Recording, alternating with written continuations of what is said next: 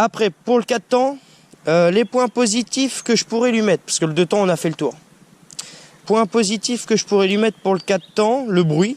C'est vraiment un beau bruit, le 4 temps, on va pas se mentir, c'est un tracteur, le machin. Le couple, ça a énormément beaucoup de couple, un 4 temps. Et encore une fois, je le répète, c'est que mon ressenti, les amis. Voilà. Après, beaucoup de couples. Après, je sais pas si tous les 4 temps, c'est une boîte 6. Mais bon, disons que c'est une boîte 6. Alors déjà, c'est un bon point fort. Parce que bon, c'est des motos qui ont besoin. C'est même boîte 5, ça devrait même pas être sorti. Après, voilà, c'est que mon avis non plus.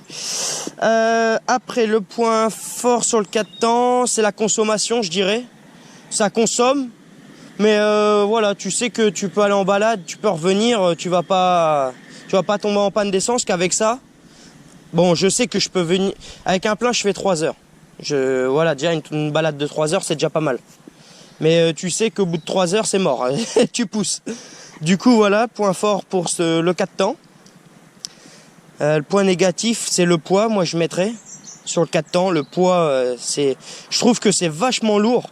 Après, est-ce que c'est que... Parce qu'on voit que la moto, elle est vachement bien complète. Le moteur, il est gros. Alors, est-ce que c'est que visuel? T'as l'impression que c'est gros? Mais voilà, j'ai l'impression que c'est vachement lourd. Beaucoup plus lourd que ça, en tout cas. Après, si, l'inconvénient du 2 temps, j'ai oublié, l'avantage même, c'est le prix des pièces. Le prix des pièces, c'est beaucoup, pour ma part, beaucoup moins cher qu'un 4 temps. Tu regardes un haut moteur complet d'un 2 temps, tu regardes pour un haut complet d'un 4 temps, le prix, t'es fini, quoi.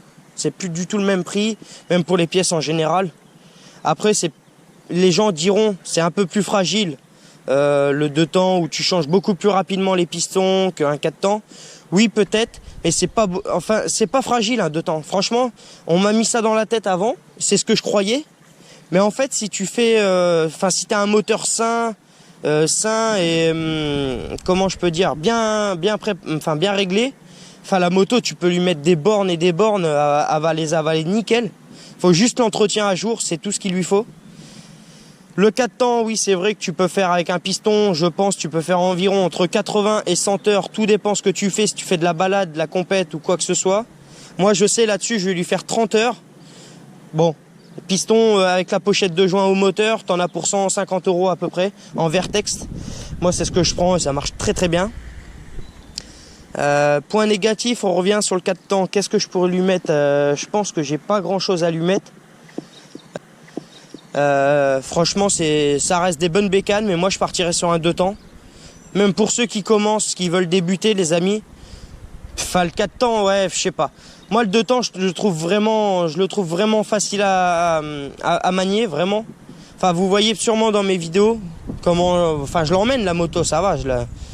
On va dans les marécages, on arrache tout, ça y va, quoi. Je sais pas si je pourrais faire ça avec un 4 temps. Par rapport au poids, je parle, vraiment, par rapport au poids. Et même, alors attends, l'avantage du 2 temps, on revient là-dessus, c'est la compression, le kick. Je lui mets un petit coup de kick, la machine a démarre au quart.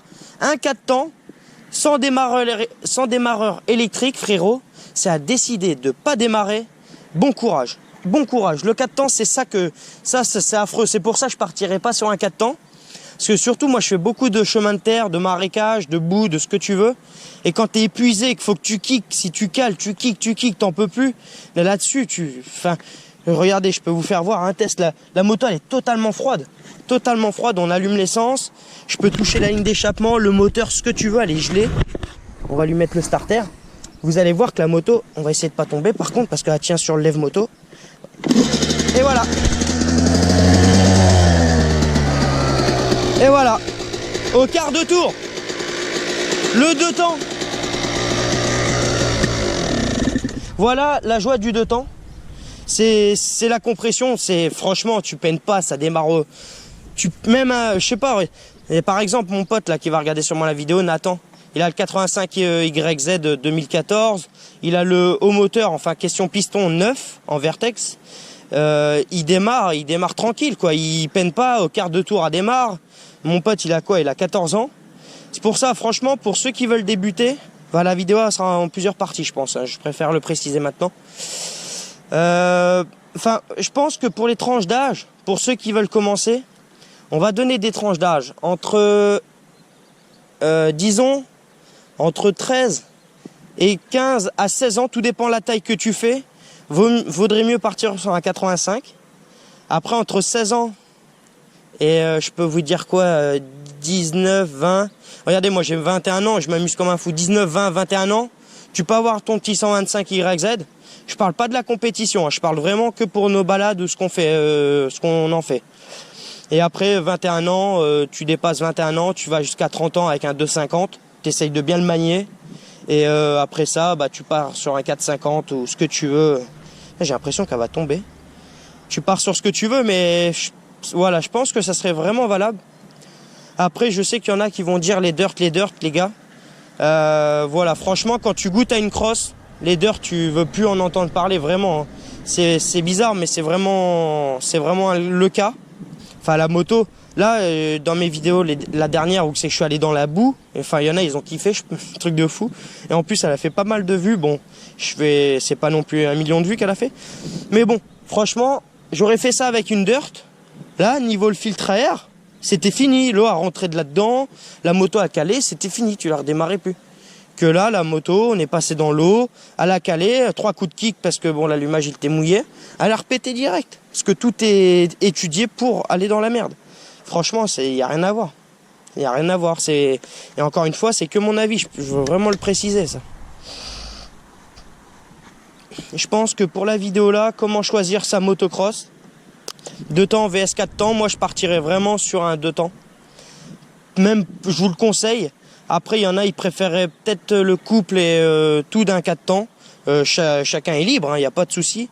Mais quand vous allez être dans des endroits, dans des montées, dans ce que vous voulez, assez compliqué à gérer, le 2 temps vous servira si vous avez un 4 temps qui n'a pas de démarreur électrique. Ça vous servira le 2 temps. Ça n'a rien à voir. Franchement, je préfère team 2 temps et voilà. Je préfère être sur le 2 temps. Qu'est-ce que je pourrais dire de plus sur cette vidéo-là? Enfin, non, franchement, voilà. C'est de la bonne bécane. C'est du moment que tu l'entretiens. Enfin voilà, tu peux y aller quoi.